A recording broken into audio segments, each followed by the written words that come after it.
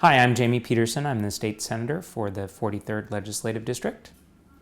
Speaker Frank Chop and I, as has been our tradition, are going to be holding a town hall, and we're very excited to welcome our new seatmate, Representative Brady Walkinshaw, to join us. So we'll be talking about issues that are in front of the legislature this year, both policy and budget. It's going to be held at Seattle First Baptist Church, which is 1111 Harvard Avenue on First Hill from 1:30 to 3 o'clock p.m.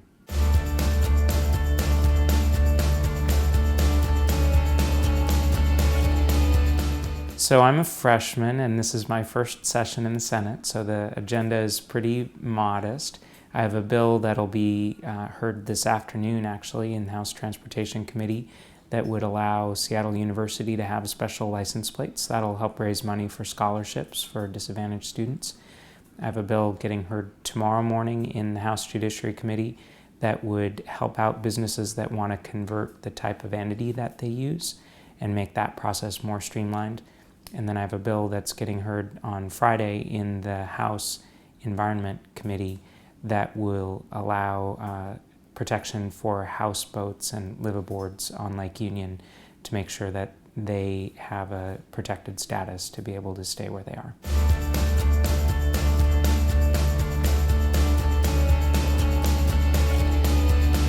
So there are quite a few issues that the House has sent over. The House traditionally passes almost twice as many bills as the Senate.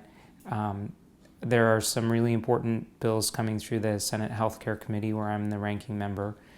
One that we're getting ready for a hearing on tomorrow would ban what's so-called conversion therapy. Those are efforts by people to change someone's sexual orientation.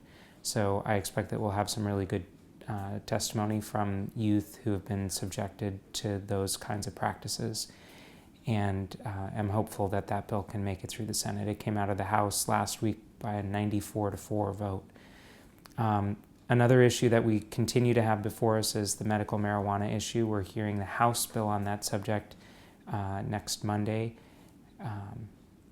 and although that's subject to change, but I'm hopeful that we'll be able to finish our work of reconciling the two voter-approved initiatives, one on medical marijuana and one on recreational marijuana.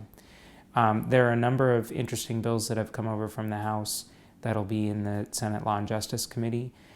Those include a bill that'll be really helpful for people of more moderate income.